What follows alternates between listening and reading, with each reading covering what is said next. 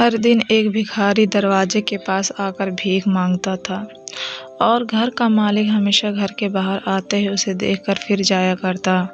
कई बार इसके लिए गालियां भी बकता। वो कहता, तू जिंदा ही क्यों है? पूरी जिंदगी ऐसे ही भीख मांगेगा क्या? धरती का बोझ क्यों बना बैठा है? और अभी अभी उस भिखारी को गुस्सा में वह धक्का भी मार दिया करता।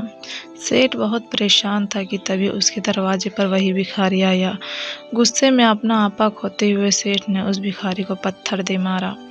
पत्थर लगने के कारण भिखारी का सर फूट गया और उसके सर से खून बहने लगा। फिर भी दर्द से कराहते हुए भिखारी ने इतना ही कहा, भगवान तुम्हारे पापों को माफ़ करे।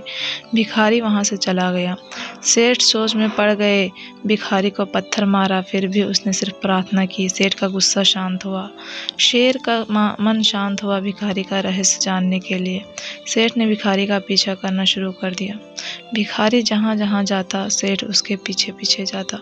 सेठ ने देखा कि कोई उसको खाना देता, कोई उसको मारता, कोई अपमानित करता तो कोई गाली देता। लोग भिखारी के साथ चाहे जैसा व्यवहार करते, लेकिन भिखारी सबके लिए एक ही प्रार्थना करता, भगवान तुम्हारे पापों को माफ़ करे। अब रात होने को आई थी। भिखारी अपने घर जाने के लिए लौटा। वो अपने घर पहुंचकर एक पुरानी टूटी हुई खटिया पर एक बूढ़ी औरत लेटी हुई थी। काफ़ी कमज़ोर और बीमार लग रही थी। वह भिखारी की पत्नी थी। अपने पति के वापस आता देख वह खाट से उठ खड़ी हुई। पत्नी ने अपने पति को भीख वाले कटोरों में देखा। उनमें सिर्फ आधी बासी रोटी थी। उसे देखकर वह बोली, आज बस इतना ही मिला? और हाँ, आपके सर से इतना खून कैसे बह रहा है? ये चोट कैसे लगी? बूढ़ा भिखारी बोला, आज बस इतना ही मिला। किसी ने कुछ नहीं दिया। सबने गालियाँ और एक नए पत्थर भी फेंकना, इसलिए मेरा सर फट गया। एक गहरी ठंडी सांस लेकर बूढ़ा भिखारी फिर से बोला, यह मेरे ही पापों का फल है।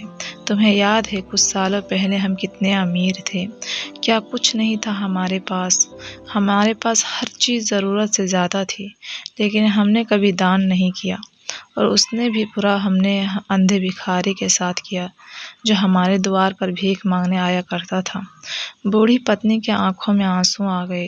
वो बोली, हाँ, हम उस बेचारे अंधे को बहुत बुरा करते थे, उसका अपमान करते थे, उसे खाने के लिए रोटी की जगह कागज़ दिया करते थे, उसका मजाक उड़ाया करते थे और कभी कभी मारा भी करते। मैंने कभी उसको रास्ता नहीं दिखाया। एक बार मैंने उसके मुंह पर मिट्टी भी फेंकी और वह हमेशा दुखी होकर यही कहता कि भगवान तुम्हारे की का सज़ा देगा, भगवान तुम्हारे पापों की सज़ा ज़रूर देगा।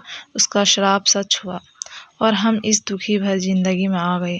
भिखारी बोला, हाँ, उसका श्राप सच हुआ, इसलिए मैं किसी को बद्दुआ नहीं देता, चाहे कोई मेरे साथ कैसा भी बर्ताव करे।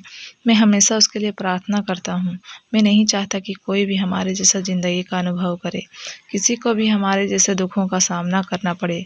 वो नहीं जानते हैं कि कितना बड़ा पाप कर रहे हैं, इसलिए अनजाने में हुए पाप की ऐसी सज़ा किसी को भी मिले मैं नहीं चाहता। सेठ वहीं पर छुपकर ये सारी बातें सुन रहा था। अब उसे सब कुछ समझ आ गया था। भिखारी और उसकी पत्नी ने वह आधी रोटी मिल बांट कर खाए, अगर भगवान का धन्यवाद बोलकर सो गए। अगले दिन बड़ा भिखारी फिर से भीख मांगने गया। सेठ के घर के पास जाते ही सेठ ने पहले से गर्म रोटियां उसके लिए निकाल कर रखी थी। उसे देते हुए सेठ विनम्रता से बोला, माफ़ कर दीजिए बाबा, उसे बहुत बड़ी गलती हो गई। बूढ़ा भिखारी बोला, भगवान तेरा भला करे। इतना कहकर वह आगे निकल गया। इस कहानी से हमें ये सीख मिलती है कि हमें कभी भी अपने धन पर घमंड नहीं करना चाहिए और ज़रूरतमंदों की मदद करना चाहिए, क्योंकि जब खुदा धन देता है तो उसे छीनना भी जानता है। आशा करती हूँ आपको ये कहानी पसंद होगी। इस कहानी में आपकी क्या राय है, उसको ज़रूर बताइएगा। धन्यवाद।